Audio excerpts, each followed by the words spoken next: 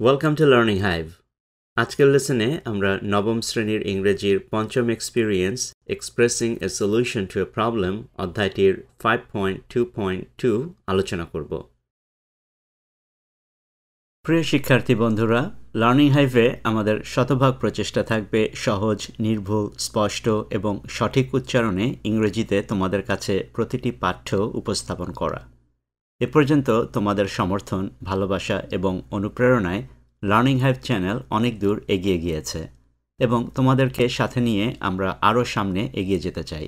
আশা করছি আমাদের চ্যানেলটি সাবস্ক্রাইব করে তোমরা আমাদের সাথেই থাকবে। সামনে আমরা আরও ভিডিও লেসন নিয়ে তোমাদের কাছে হাজির হব।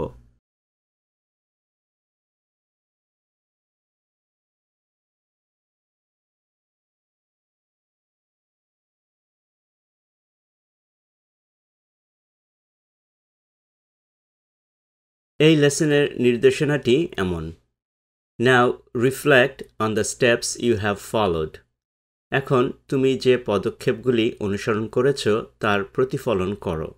In doing activity 5.2.1, activity 5.2.1 করার সময়, and take the steps you have followed, এবং তুমি অনুসরণ করেছ এমন পদক্ষেপগুলিতে টিকচিহ্ন বসাও। From the given list, প্রদত্ত তালিকা থেকে। To solve the problems, সমস্যাগুলির সমাধান করার জন্য। এখন আমরা এই ধাপগুলি পড়ব, বুঝব এবং অ্যাক্টিভিটি 5.2.1 এর যে সমস্যা এবং সমাধান নিয়ে আমরা পূর্বে আলোচনা করেছিলাম সেটির সাথে মিলিয়ে নিব। প্রথম ধাপটি হচ্ছে আইডেন্টিফাই দ্য প্রবলেম, সমস্যাটি শনাক্তকরণ। যে কোনো সমস্যার সমাধান করতে চাইলে সবার আগে আমাদেরকে সমস্যার উৎস বা উৎসগুলি কী সেগুলো খুঁজে বের করতে হবে। সমস্যার মূল কারণ না জানা থাকলে কোনো সমস্যাই সমাধান করা সম্ভব নয়। যেমন মোবাইল ফোনের মাধ্যমে প্রতারণা একটি সমস্যা। অনেক নিরীহ মানুষ প্রতিদিন এই প্রতারণার শিকার হচ্ছে। অ্যাক্টিভিটি 5.2.1 পাঠ্যে তোমার সমস্যাটি যদি শনাক্তকরণ করে থাকো তাহলে এখানে ইয়েস টিক চিহ্ন দিবে, আর না করে থাকলে নো টিক চিহ্ন দিবে।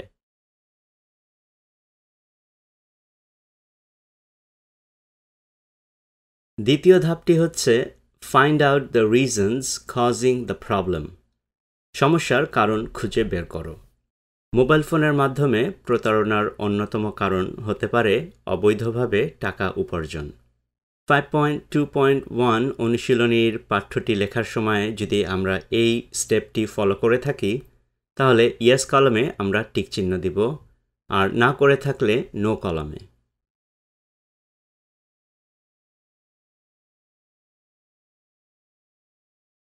তৃতীয় ধাপটি হচ্ছে identify the necessity to solve this problem, এই সমস্যা সমাধানের প্রয়োজনীয়তা চিহ্নিত করো।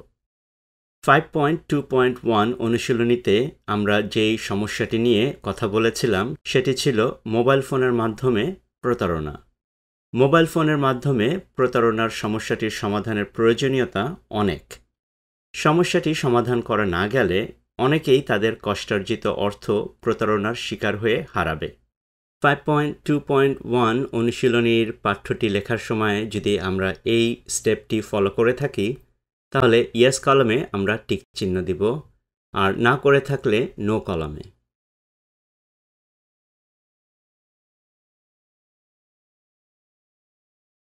চতুর্থ ধাপটি হচ্ছে ফাইন্ড আউট সাম পসিবল সলিউশনস ফার্স্ট, প্রথমে কিছু সম্ভাব্য সমাধান খুঁজে বের করো। মোবাইল ফোনের মাধ্যমে প্রতারণার সমস্যাটির অনেক সমাধানের মধ্যে একটি হচ্ছে প্রতারক চক্রকে শনাক্ত করে প্রচলিত আইনের সর্বোচ্চ সাজা দিতে হবে। 5.2.1 অনুশীলনীর পাঠ্যটি লেখার সময় যদি আমরা এই স্টেপটি ফলো করে থাকি তাহলে ইয়েস কলামে আমরা টিক চিহ্ন দিব, আর না করে থাকলে নো কলামে।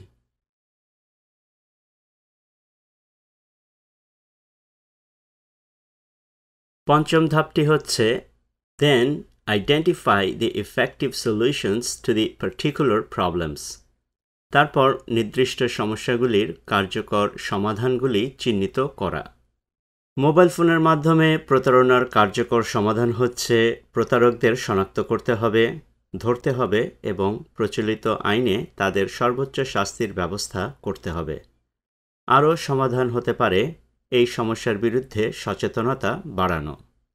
5.2.1 অনুশীলনীর পাঠ্যটি লেখার সময় যদি আমরা এই স্টেপটি ফলো করে থাকি তাহলে ইয়েস কলামে আমরা টিক চিহ্ন দিব, আর না করে থাকলে নো কলামে।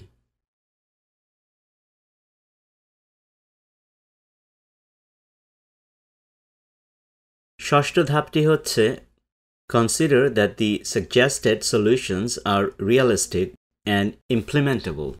অর্থাৎ প্রস্তাবিত সমাধানগুলির বাস্তবসম্মত এবং বাস্তবায়নযোগ্যতা বিবেচনা করা।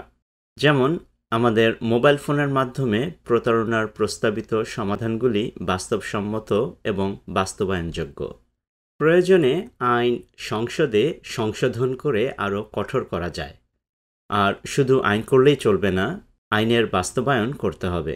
তবে লক্ষ্য রাখতে হবে নিরপরাধ কেউ যেন শাস্তি না পায়।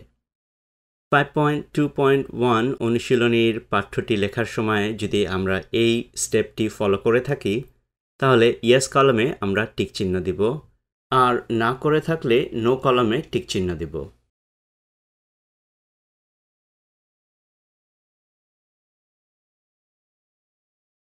সপ্তম ধাপটি হচ্ছে Think about the duration of time it will take to solve the problem. সমস্যাটি সমাধান করতে কত সময় লাগবে তা ভেবে দেখা। সমস্যাটির সমাধান করতে প্রথমত জনগণের মধ্যে সচেতনতা বাড়াতে হবে, যা রেডিও, টেলিভিশন, সংবাদপত্র এবং সোশ্যাল মিডিয়াতে খুব অল্প সময়ের মধ্যেই প্রচার করা যায়। তাছাড়া যারা প্রযুক্তি সম্পর্কে সচেতন তারা তাদের পরিবার এবং বন্ধুদেরকেও এই ব্যাপারে সাবধানতা অবলম্বন করতে পরামর্শ দিতে পারে। 5.2.1 অনুশীলনীর পাঠ্যটি লেখার সময় যদি আমরা এই স্টেপটি ফলো করে থাকি তাহলে ইয়েস কলামে আমরা টিক চিহ্ন দিব, আর না করে থাকলে নো কলামে টিক চিহ্ন দিব।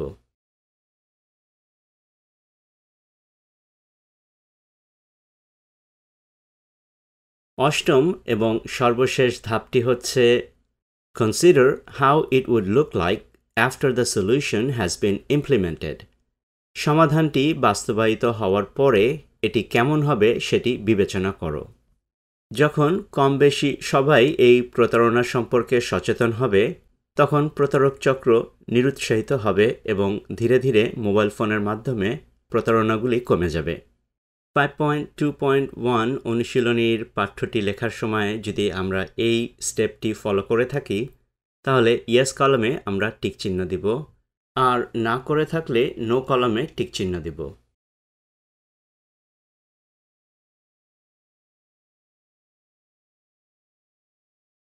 All the yeses of the above list, উপরের তালিকার সমস্ত হ্যাঁ উত্তর, tell you that, তোমাকে বলে যে You are a good problem solver.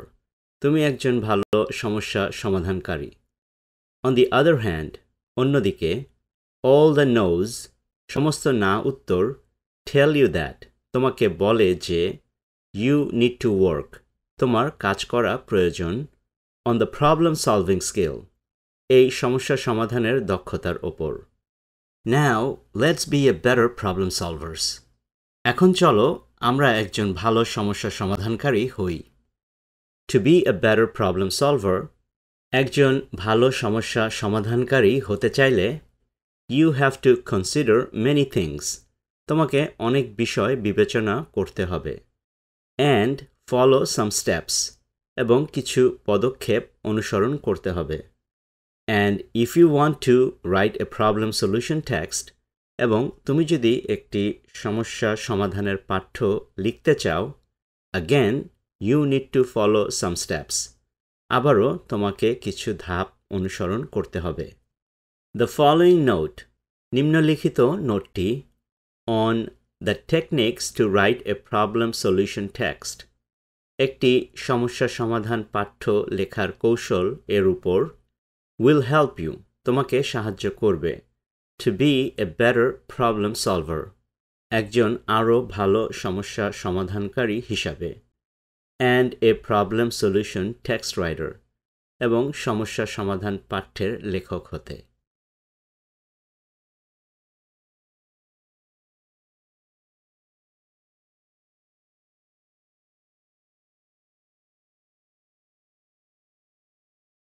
নবম শ্রেণীর শিক্ষার্থী বন্ধুরা, তোমরা লার্নিং হাইভ ইউটিউব চ্যানেলে নবম শ্রেণীর ইংরেজির প্লেলিস্টে গিয়ে আরও ভিডিও লেসন দেখে নিতে পারো এবং এই প্লেলিস্টে আমরা প্রতিনিয়ত আরও ভিডিও লেসন যোগ করা অব্যাহত রাখব।